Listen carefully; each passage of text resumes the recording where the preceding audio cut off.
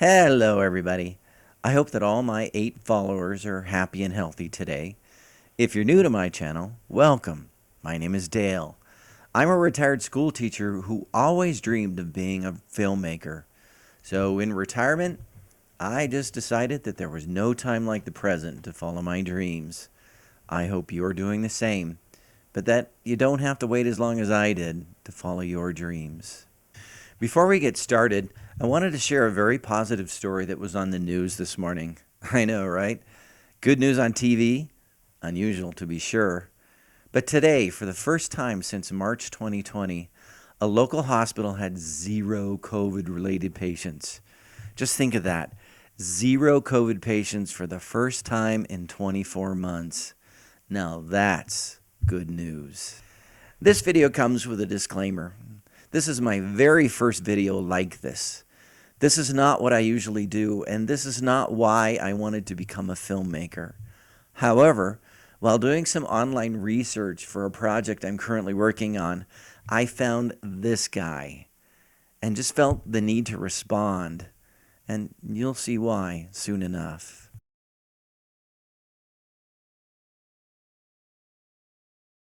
This is Dr. Joseph A. Pippa Jr. Dr. Pippa is a professor at Greenville Presbyterian Theological Seminary in South Carolina. He is also a member of the Reform Presbyterian Church of America. On a side note, this is Pippa's hometown in South Carolina. It's just under 11 square miles, and it's home to 20 churches. Guess we could call that the Bible Belt. So, if you're curious and you think you can stomach the blatant homophobia, then join us. We'll be refuting the things that Pippa has to say. Overture 11 deals with an older statement that was passed by the Reform Presbyterian Church of North America. That's a sister denomination with whom we have very close relations. In this segment, Pippa is talking about Overture 11. Now, a bit of explanation is needed here. In Presbyterian circles, an overture is a ruling document used as a statement about the church's stance on certain issues. Members vote on proposed overtures to decide if they wish to make them official church policy. Overture 11 deals specifically with issues of homosexuality. Pippa discusses it here because their membership was set to vote on whether Overture 11 should be adopted. He's trying to convince them to vote for adopting it, and thus rejecting gays from being welcomed into the Reformed Presbyterian Church. Let's listen in. And I start with theirs because it really addresses this issue that I just brought up. So, for example, the very subtle change in vocabulary, and we can go right back and understand from the novel 1912, whoever controls language controls culture. First off, and not to get too picky, but there is no novel entitled 1912. I think he means 1984, as in Orwell's 1984. Although the phrase, whoever controls language controls the culture, is not actually mentioned in Orwell's book. It's a small point, but perhaps it's worth noting. It needs to be said here that I absolutely disagree with everything Pippa says. But that's really irrelevant. Everybody has their own beliefs, and I can't prove that mine are the correct ones. So perhaps a more just way to judge Pippa would be to use certain criteria by which we can judge the legitimacy of his statements.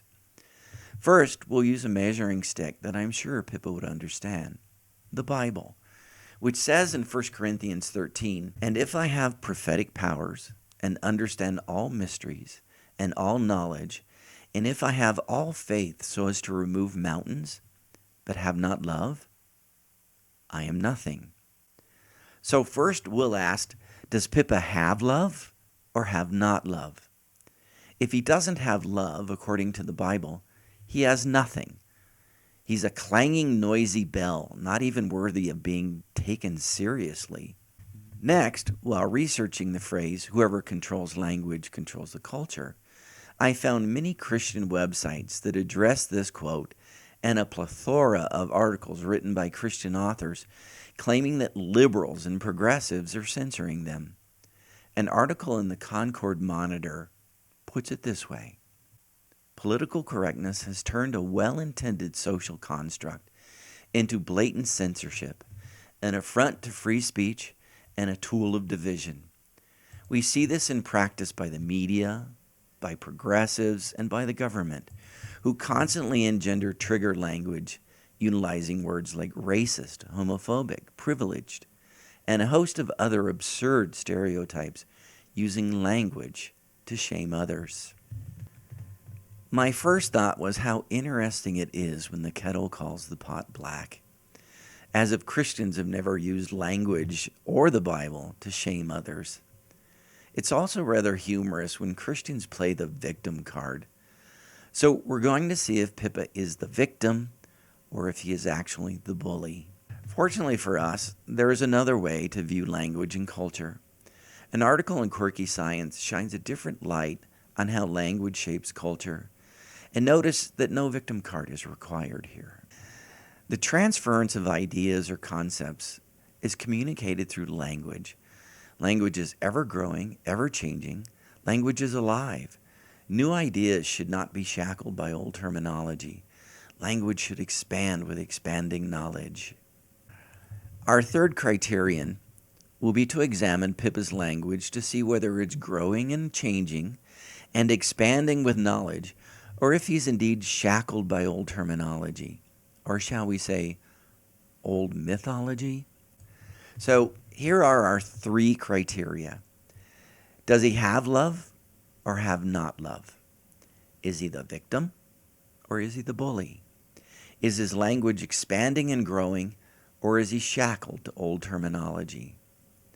Now, let's get back to Pippa and see how he measures up. What we call homosexuality was universally called sodomy from the Bible. And actually it was in Germany, their Overture points out, or their statement, that because of the social sciences, to get rid of pejorative reactions, as well as to put this on a scientific level that this is not an aberration, the language was moved to homosexuality, and then kinder and gentler terms, lesbianism, gay, and queer. All of those terms gloss over the awful reality of the Bible's term, sodomy.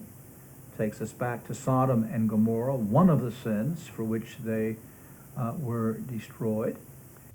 This is one of the times we see Pippa coming really close to the line of suggesting violence against gays.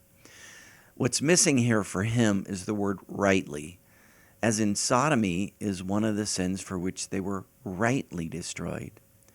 From where I stand, it appears that Pippa is suggesting that a group of people he doesn't like is worthy of being destroyed. You see, God saw fit to destroy them, and if it's good enough for God. And you'll notice that Pippa says that the social sciences were trying to use kinder and gentler terms, or to put it another way, less hateful terms. But you'll notice that Pippa would have nothing to do with this kind of nonsense. So let's ask our three questions. Does Pippa have love or have not love? I see nothing here that even hints to love. Is he the victim or is he the bully? Suggesting that a population of people he doesn't like is worthy of being destroyed, that's a hard one. But I'll have to say he's definitely the bully. Is his language expanding and growing, or is he shackled to old terminology? Not only is he shackled to old terminology, he's shackled to ancient terminology. Not off to a good start here, is he? Let's see if he gets better. And a sin which the Bible condemns in both Testaments. Now, I didn't realize that. And in reading over the Overture, that was very enlightening to me, because right there we see the shift. And this is where the culture begins to be pressed now by the scientific community. And you can look at the research. There was obviously a lot of prejudice pushing to change the whole mentality toward sodomy. And the question must be asked, who is really exercising prejudice here? From where I stand, If there is prejudice by the scientific community to change the whole mentality towards homosexuality, it's in an attempt to make language less hurtful and more inclusive. Pippa's prejudice, on the other hand, is to make language more exclusive and perhaps even more hurtful than it already is. So let's ask our three questions again. Does Pippa have love or have not love? There's still no love here. Is he the victim or is he the bully? He's definitely playing the victim card. Those darn social scientists using kinder, gentler terms. But I'm not buying the victim card thing. He's still the bully. Is his language expanding and growing, or is he shackled to old terminology? He rejects any attempt by the scientific community to change the mentality of homosexuality. Even though he's presented with rational opportunities to change his narrow worldview, he simply can't. He's got blinders on, so he stays shackled to ancient terminology. And that's sad. That's just really sad. Okay, let's get back to Pippa. Then the report looks at the various historical attempts in science. Is this DNA? Is there a queer gene? That's the word that scientists use. I'm not being pejorative with that kind of language. By pointing out that he's not using pejorative language, Pippa is attempting to separate himself from those angry, pulpit-beating hate mongers on the internet that so vociferously condemn those in the LGBT community. He's calmer and he's more reasonable. But are his words any less damaging, any less hurtful? Nature-nurture business. Is there something within a person that would incline them toward sodomy? And the report's so wise because it simply says, the scientific evidence at this point is absolutely inconclusive, but let's just assume there is. And then they address the issue from Romans 1 and other places that because of the awful destruction of the fall, we all have sinful proclivities. And so they move on to point out then that sinful proclivities towards sexual perversion are sin in themselves. He mentions a scientific study which actually did look for a gay gene, and he's right. The evidence was inconclusive. But then he jumps from the scientific study and addresses the issue from a biblical point of view, as if those two playing fields are even remotely equal. So even if researchers do find a queer gene, that is, that people are born with an inclination to same-sex attraction, it just won't make any difference to Dr. Pippa. He still condemns them because of the awful destruction of the fall. If you're not familiar with that reference, you might want to check out a video I recently discovered by Emma Thorne. She reads a children's book about Adam and Eve in the Garden of Eden. It's wonderful, and I'll put an in-card link to that video. So today we are going to discover the story of Adam and Eve, one of my favourite absurdities that people in 2022, oh my god, one of my favourite stories that people in 2022 still believe is factually accurate. People still believe that Genesis is true and Adam and Eve were real people that we're all incestuously descended from. And they're teaching that to children. So when Pippa refers to the awful destruction of the fall, he's referring to the Adam and Eve myth.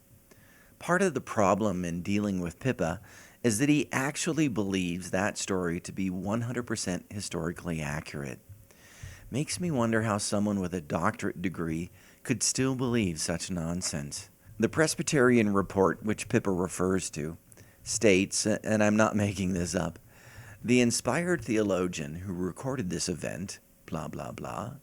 Wait, what? There was a stenographer in the Garden of Eden? Shouldn't that more accurately read, the creative person who made this story up, blah, blah, blah? So Pippa believes that because of Adam and Eve, every person who has ever existed since then was born into sin, and of course, deserves to burn in hell for all eternity. Obviously, I don't believe in the Adam and Eve myth, and I don't believe that mankind is doomed as a result of it. I also don't believe in the concept of sin. Christians believe that sin is something you do that displeases God somehow. I just don't buy that concept anymore. Even though there are many, many ways to displease God, the only way that Pippa cares to address here, obviously, is same-sex attraction. Everybody else is off the hook. So let's ask our 3 questions again. Does Pippa have love or have not love? One of the signs of love is compassion and empathy, but there's no sign of that here, so still no love. Is he the victim or the bully? So if he believes that we all have sinful proclivities, that's hard to say, sinful proclivities, you would think that he would be more understanding. I mean, if everyone is in the same sinking boat together, why not show some compassion? But of course he doesn't. So not only does he not have love, but he's a bully about it too. As if he's saying, my sins are not as bad as yours. He's a bully. Is his language expanding and growing, or is he shackled to old terminology?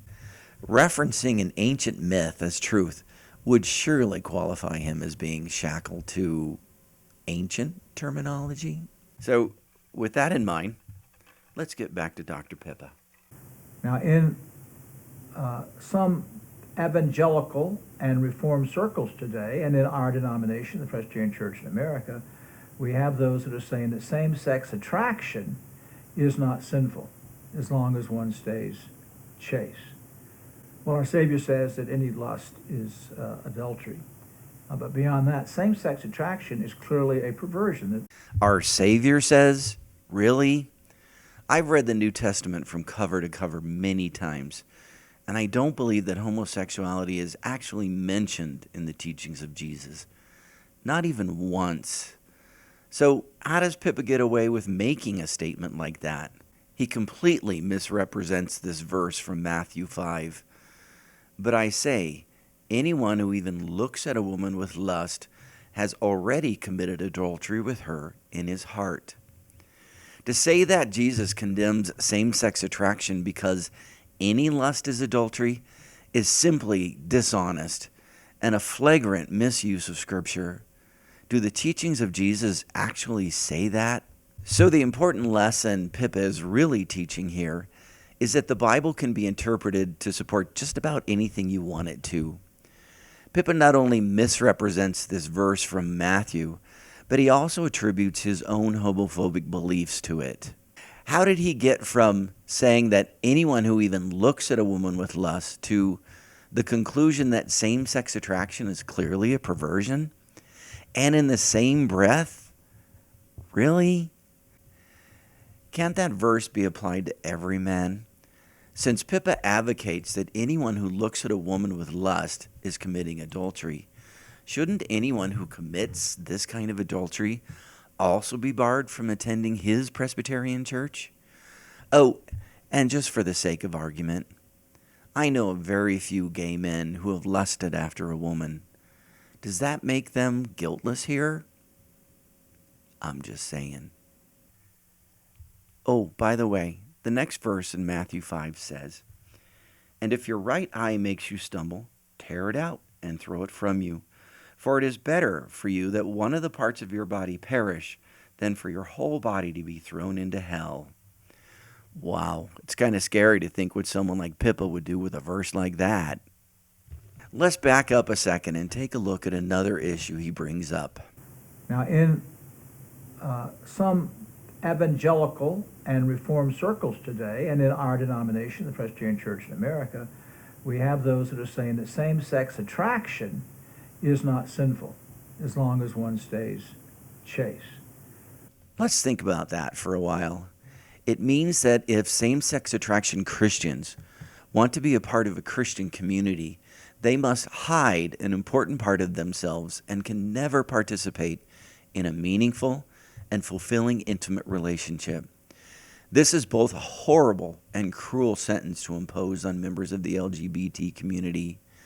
Demanding that someone remain celibate in order to remain true to God? It's a recipe for disaster, as we've already seen in other religious circles. Even if a person who is both gay and Christian and wants to be a part of a Christian community and is even willing to stay chaste in order to be accepted, they are still not welcomed in the Reform Presbyterian Church. According to Pippa, they are a perversion simply because they exist. There is nothing they can do about it because their thoughts have already betrayed them. Even though they have chosen not to act on those thoughts, nevertheless, Pippa has pulled in the welcome mat saying, "You are not welcome in our denomination."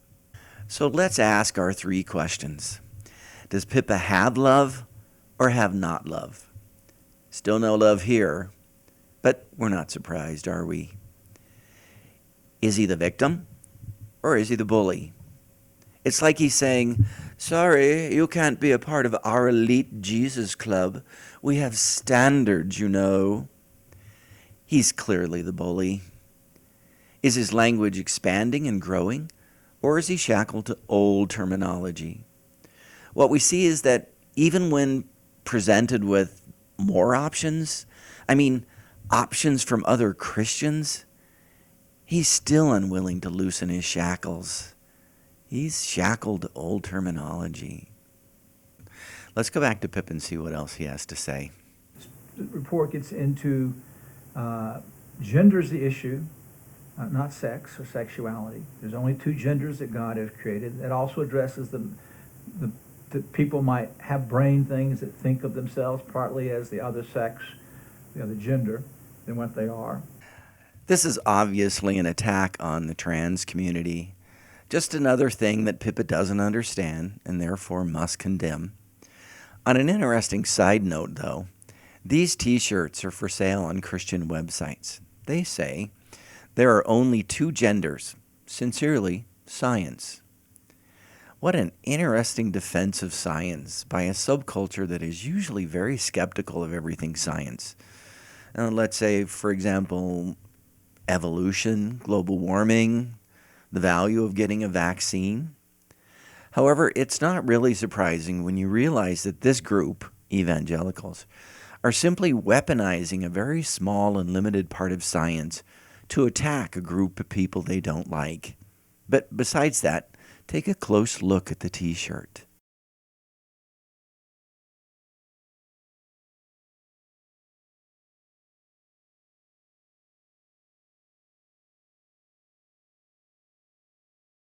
Can you imagine anyone actually wearing this t-shirt? The real message is, hey, look at me. Not only am I a bigot, I'm illiterate too. With that note, let's get back to Dr. Pippa. And so it's a very balanced report. And so I would hope that our denomination will adopt this overture. First off, how balanced can a report be when the writers begin with the belief that the stories in Genesis are historically correct? I read the report, and it actually begins with them comparing homosexuality to being left-handed. They called it, I think it was, a minority orientation. And I'm thinking, I like where this is going. But then they turn to the story of Adam and Eve, and when they do that, their reasoning completely flies off the rails. It starts so promising, but then it quickly gets derailed by a belief in an ancient myth. And that was really disappointing. In one sense, it'll be probably more difficult because it really does address, without coming out and saying so perhaps, the hermeneutical issues. The word hermeneutical, by the way, this is the first time I've ever heard that word, let alone had to say it. The word hermeneutical. Anyway, it means the lens through which we read the Bible. If somebody sees God as loving and caring, they read the Bible in that light. God is love, and God's love is everywhere in the Bible. On the other hand, if somebody sees God as angry and vengeful, they can find that in the Bible as well. Want to guess through which lens Pippa reads his Bible? Yeah, I think we already know. we have a lot of people today, and this helped me understand why men who believe the Bible could be taking the kind of stands they take, as we've seen in the Revoice conference. It's clear that Pippa doesn't care much for the Revoice conference. They are way too liberal for his taste. The Revoice conference is a group of Christians who say that same-sex attraction is not sinful as long as one stays chaste. So they're willing to accept non-straight Christians on the condition that they leave a big part of who they are at the door. They're ready and willing to minister to gays as long as they don't actually act gay. So their stance on same-sex attraction is really not much different than Pippa's. They acknowledge the needless pain that non-straight Christians experience from other Christians, say like from Pippa, but they still insist that it cannot be allowed in Christian circles. So I guess their hearts are in the right place, but in actuality they have done very little to understand and address the needs, the real needs of the gay Christian community. So if you're a gay Christian and you still desire to be a part of a Christian congregation, something I don't really understand, just know that there are better options out there than the Revoice conference. I mean, who wants to be a part of a community where you can't be yourself, your whole self? So I'm just saying. As we've seen, people connected with the PCA having a known lesbian lead singing in their services. They were going to sponsor a conference that had her speaking, and the response was so vociferous that they canceled that, claiming they were ignorant of her beliefs. Pippa doesn't mention here the name of the guest speaker that was ultimately rejected by the presbytery, but I believe he's talking about Grammy-nominated Christian singer Jennifer Knapp. When she came out back in 2010, she experienced firsthand the effects of religious prejudice on LGBT people. I would agree with Pippa that they were ignorant of her beliefs, her real beliefs, and by being so vociferous and forcing the event to be canceled, unfortunately, they still are. But you don't have to be. Recently, Knapp gave a TED Talk, which you can view and judge for yourself. The link is in the description, and I'll post an end card at the end of this. So let's ask our 3 questions again. Does Pippa have love or have not love? Unfortunately, there's still no hint of love from Pippa. Is he the victim or is he the bully? Silencing someone who has a different belief than yours, that's definitely being a bully. Is his language expanding and growing, or is he shackled to old terminology? The thing is that Pippa could have actually learned something here. Not only is he shackled, but when presented with even more opportunities to expand his knowledge and perhaps his compassion, he'd rather stay ignorant. It's not only that he's shackled, it's that his religion has him completely blinded to alternative points of view. And it's sad, but not so surprising. Pippa continues, and now it gets really scary.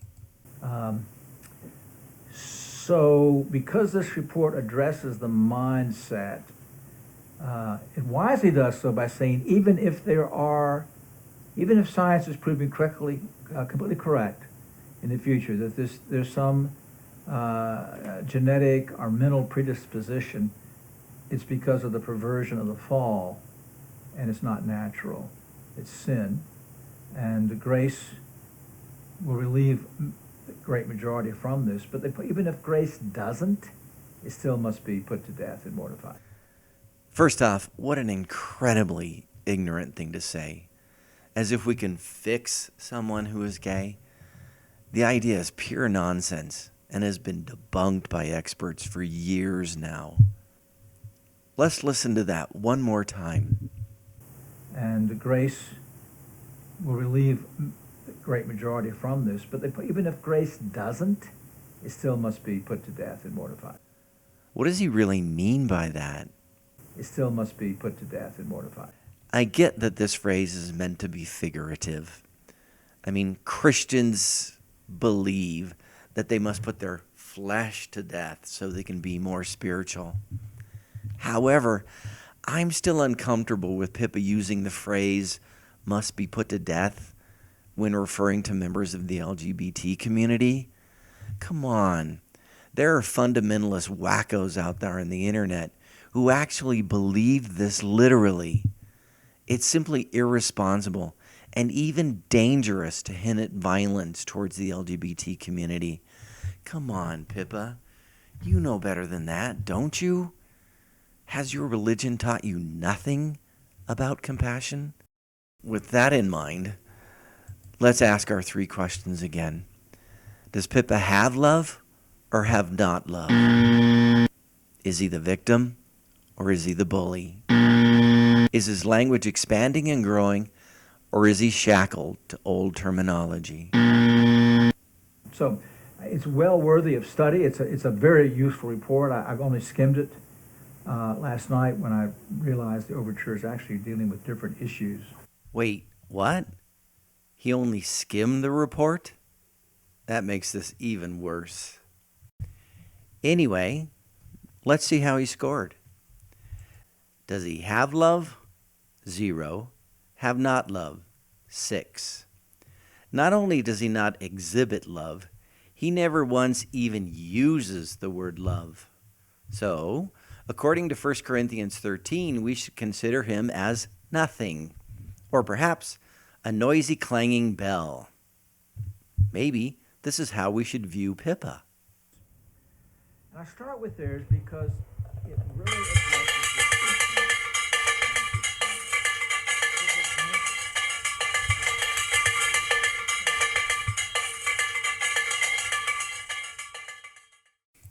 Is he the victim?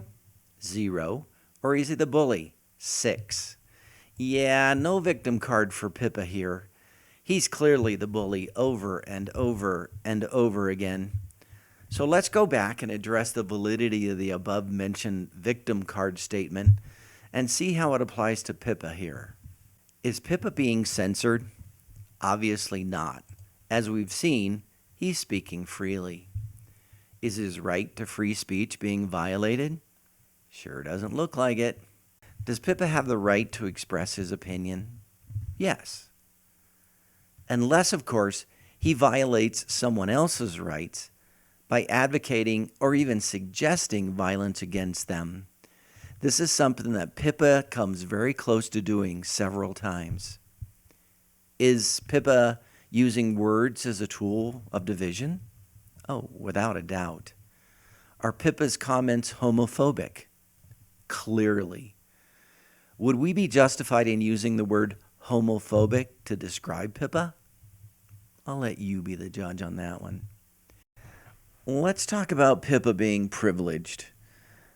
I wouldn't consider it an absurd stereotype to use the word privilege to describe Pippa. Let's see. He's a white Anglo-Saxon Christian male in South Carolina. I think there would be a great deal of privilege there. And he's condemning a minority group who he obviously believes is beneath him socially. It makes me wonder whether bigoted behavior is not so much about religion as it is about maintaining one's social status. Imagine what might happen to Pippa's elevated social status if this one nation under God actually gave liberty and justice for all. You see, if everyone was given equal status, then guys like Pippa wouldn't be so special. He has a lot to lose by letting go of his homophobia. Am I using absurd stereotypes to shame him? Believe me, if I thought it would work, I would certainly try. Is Pippa's language expanding and growing? 0. Or is he shackled to old terminology? 6. Since Pippa's speech is not growing and expanding, we must assert that neither is he. He's stuck in the past, the ancient past, without any real chance of escape. He loves his shackles. He needs his shackles, because without them, he'd have to change his entire worldview. And that's pretty scary stuff for any of us, really.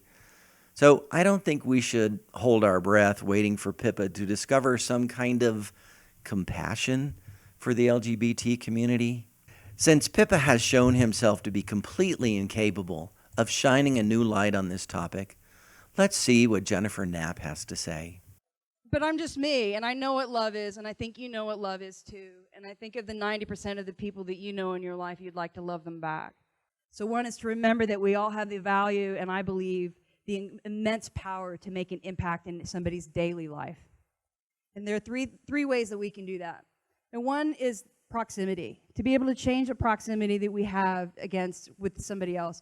I don't know if you've ever heard the phrase that it's difficult for prejudice to survive proximity. In that if you get to know your neighbor, if you get to lessen the gap between you and the people that you're prejudiced against, the people that you're a little wary of, the people that you don't understand, if you learn to tell your story and in turn have a genuine curiosity about somebody else's story and adventure, it's really difficult for us to maintain our prejudices in that environment. So close down the proximity gap. There you have it. Close down the proximity gap. It's possible that Pippa has never been close enough to someone who is openly gay for his stance to be challenged. It seems obvious that he has never had a loved one, a son or a daughter, a niece or a nephew, or even a good friend who has identified as gay. Why would he? How could he? He's living in a big Bible Belt bubble. A gay friend of mine recently sent me a Facebook post that sums it up pretty clearly. I thought that God wanted to use me to show gay people how to be straight. Instead, God wanted to use gay people to show me how to be a better Christian. I truly believe it would greatly benefit Christians to close the proximity gap. Stop listening to people like Pippa. Put your self-righteousness aside. Sit down with someone like Jennifer Knapp and do more listening than talking. You just might learn something new. So, with that in mind, we'll let Jennifer Knapp have the last word.